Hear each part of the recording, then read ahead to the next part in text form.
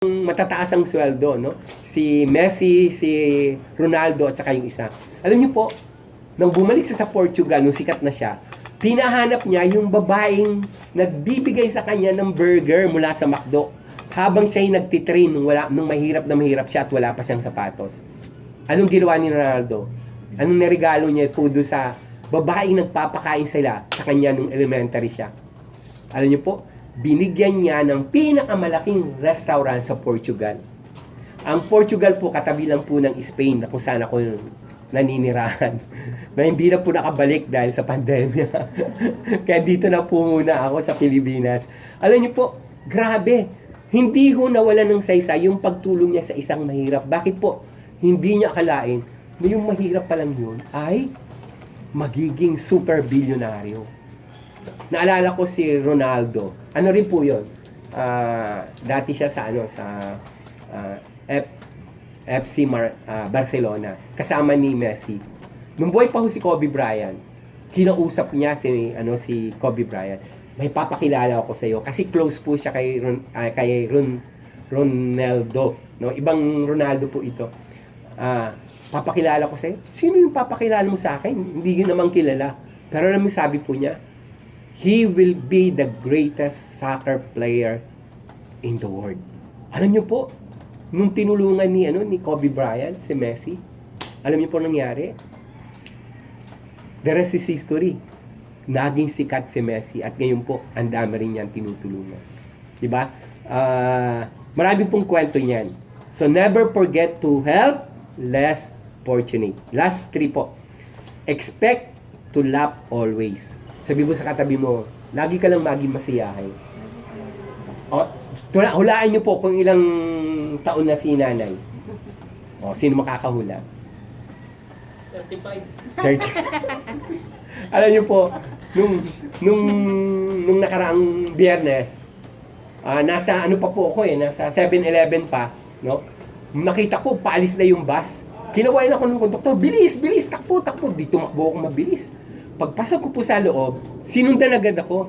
Nagbayad ako, bayad po, senior. Tinignan ako mula ulo hanggang pa. Sabi niya, pambihira.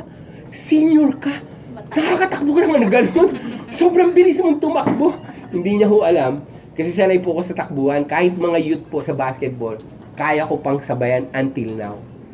Hindi po nila ako kayang talunin sa ilalim. Nakakapag-rebound pa po ako, nakakapag-tumbling pa, no? Pag nagba-basketball po kami, 3 beses kami nag-champion diyan sa Valenzuela. Nung last po, nag-third po kami. Alam niyo bakit? Kasi magsusuntukan na yung mga pastor eh. Alam niyo, pag kami po ang naglalaban, masaya po, at peace. Alam niyo bakit? Kasi kada shoot ko, pag 2 points, 2 tumbling, nagtatawanan na yung mga player, nawawala po yung tension, no? Iba yung nagagawa ng pagiging masiyahin, nawawala yung tension. Amen? Kaya sabihin mo po, expect to laugh always. Yan ang bilin sa Philippians 4 po, rejoice always. Again, I say, rejoice always. Binigyan ka ng maraming trabaho ng supervisor mo, tawanan mo lang, rejoice. Mahal naman ako ng supervisor ko, ang daming pinatatrabaho sa akin. Di ba? Ang daming pinabibili kay JR. Rejoice. Alas 7 na, kailangan mamili pa siya. Overtime, rejoice! Di ba?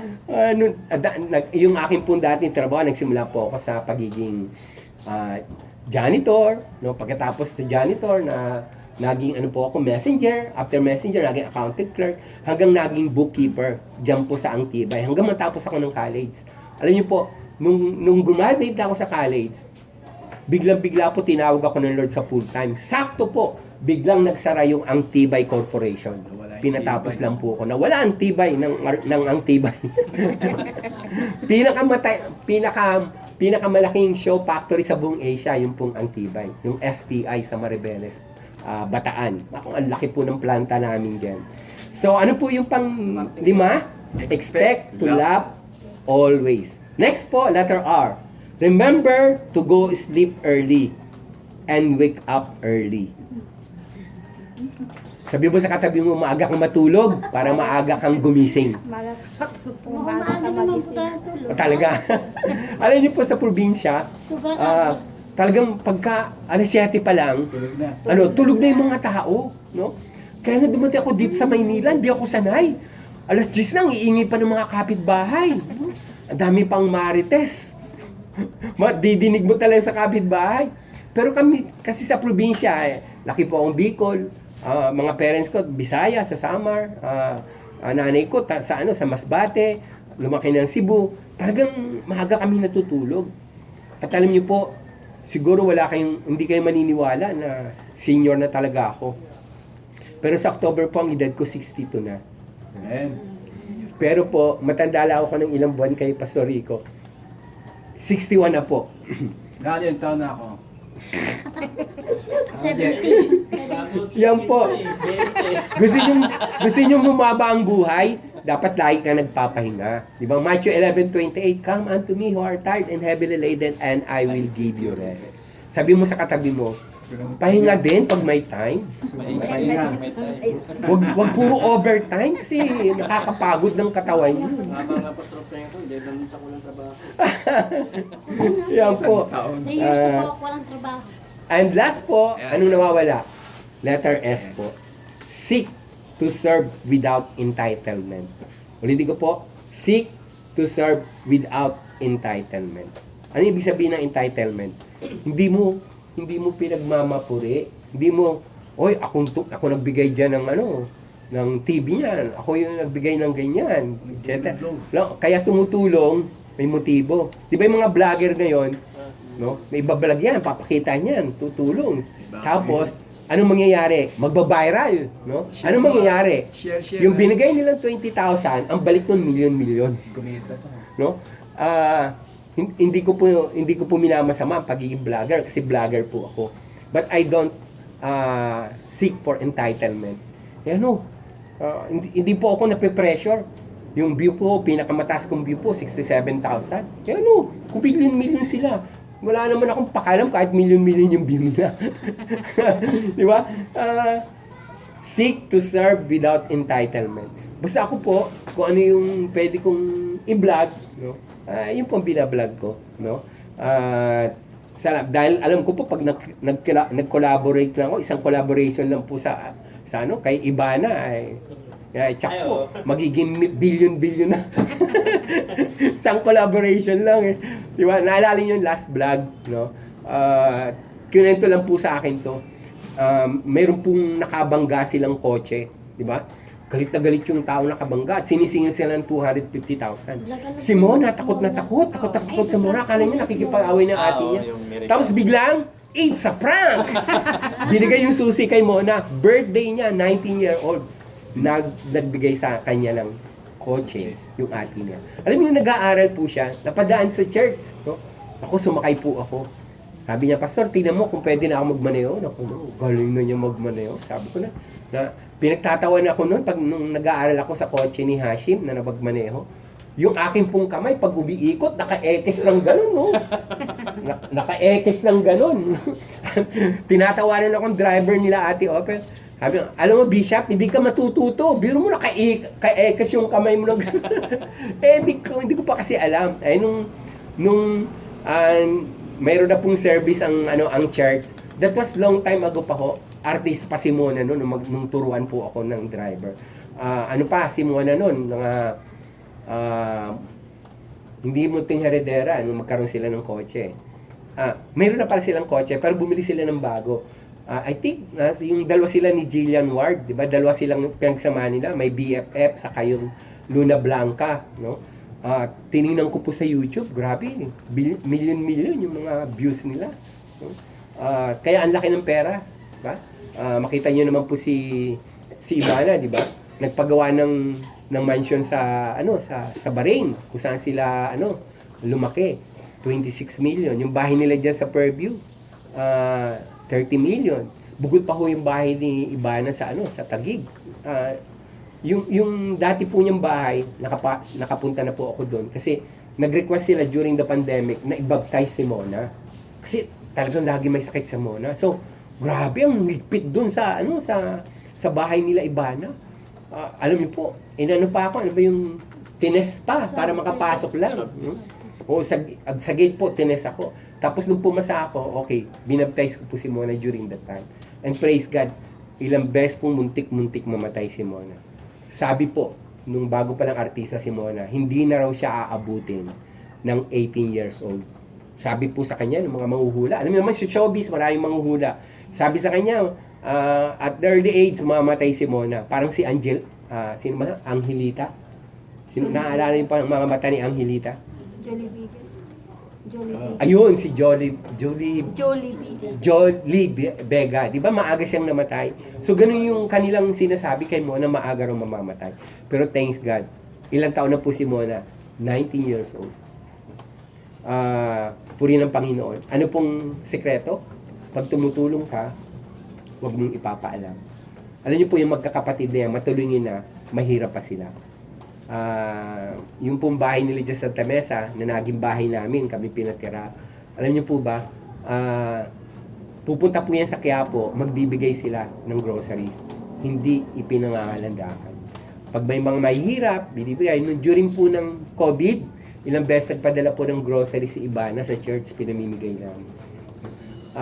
Nawa po yung paggawa natin na mabuti, hindi po para magmalaki. Bakit po? Kasi sabi ni Lord, hindi i-bless yun. No? Kapag may ginawa kang mabuti, gawin mo ito ng lihim na ang Diyos lang nakakaalam at siya ang gaganti sa'yo para pagpalain ka niya ng lubusan. Amen? Huwag daw tayong tubulog sa mga Pariseo, magpapatulog ng bell. No? Eto na, yung mga Pariseo tutulong, mamimigay ng pagkain, pinatulog na yung bell, nakatingin na yung lahat ng mga tao.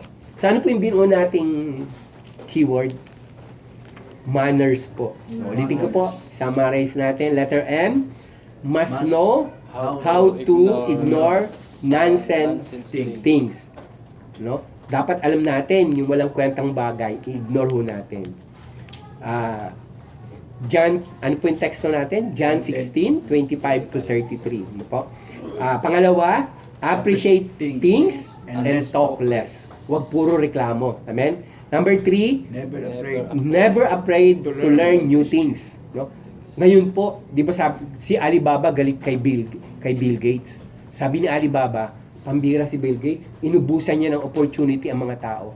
Pero nagnegosyo rin si Alibaba.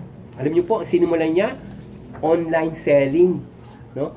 First 3 years, wala siyang kinita kahit 5. Minsan daw kumain siya sa restaurant. Pagpunta niya sa restaurant, babayaran na niya yung kinain niya. Bigla pong may lumapit. Sabi niya, Sir, Alibaba, binilig ko na po. Binayaran ko na po yung bill ninyo. Nagulat siya, bakit po? No? Kasi alam ko wala kayong kinikita sa 3 taon ninyong pagdinegosyo. Pero yumaman po ako dahil sa negosyo niyo. And the rest is history. Ang Alibaba po ay napakayaman na sa online. Bago nagkaroon ng Shopee, bago nagkaroon ng Lazada, ano pa mga shopping ngayon, nauna na po yung Alibaba. Pero sabi po ni Alibaba, sabi niya, ninakawan ni Bill Gates ng opportunity yung mga tao. Pero hindi po maubusan ng opportunity ang Lord. Amen? Kaya kanyang pagpalain. Amen? Number 4 po, Never forget. yan, never forget to help less fortunate. No? Wag na wag po kayo. No? Na hindi tutulong sa mga mahihirap, lalo na po yung mga pulubi. No? Bakit po? Kasi pag tumulong kayo sa mahirap, ang pinautang nyo ang Diyos at ang Diyos ang magpapala sa iyo. Number 5 po, expect to laugh always. No? Tingnan niyo po si Ramon Ang, di ba? Tinuruan yung mga anak niya na maging masayahin, wag sa pera, lumaki na may respeto sa kapwa, di ba? Tingnan yung mga mayayaman ngayon, ang tataas po ng mga ego, kung manghamak ng kapwa, grabe po.